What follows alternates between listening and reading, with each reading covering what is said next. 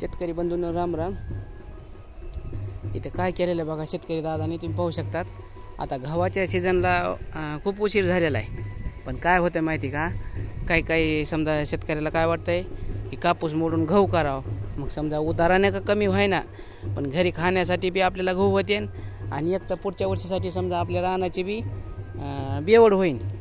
मग त्या दृष्टीने समजा काही शेतकरी कवर बी समजा सटी पस्तोर, एक तर समजा गव्हाचा सीजन दिवाळीतच असतंय, पण सटी पस्तोर बी पेरीत राहतात। उशिरा समजा उशीर झालेला असतंय आणि उशीर झाल्यावर टाईम निघत नाही, पण बेवडीसाठी ह्याच्यासाठी घरी पाणी असतंय, समजा वड्या नाल्याला आलेलं त्या पाण्यावर ह्याच्यावर तर गहू पेरतात। तर उशीर झाल्याच्या नंतर समजा आपल्याला कमी टायमात समजा पेरणी उरकून घ्यायची। तर हे तुम्ही पाहू शकता, तर हे एकदम जुनी पद्धत आहे। काय केलेलं आहे माहिती का, गव्हाचं अंतर थोडं जास्त झालेलं आहे, 18 इंचा पेर आहे, गहू बी दाट झाला आहे थोडा।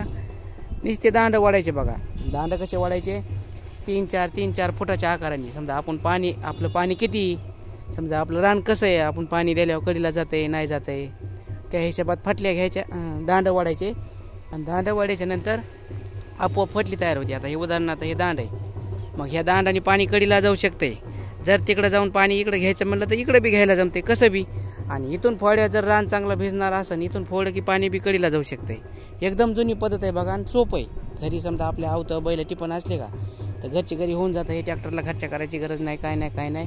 आता ही पद्धत राहिली नाही बघा, आता सगळीकडं फाटल्या आलेल्या आहेत, फाटल्या ओढतात सारा यंत्राने आणि तीन पाणी देतात। ही बी पद्धत चांगली, ही पद्धत बघितली बघा इथं आपण, हे शेतकरी दादाने केलेली जुनी पद्धत आपल्याला आवडली पद्धत। ही रान बी चांगलं आहे, हलकं रान आहे, पण काम चांगलं आहे शेतकरी दादाचं।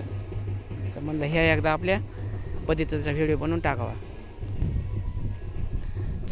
शेतकरी बंधूंना व्हिडिओ बघितल्याबद्दल धन्यवाद।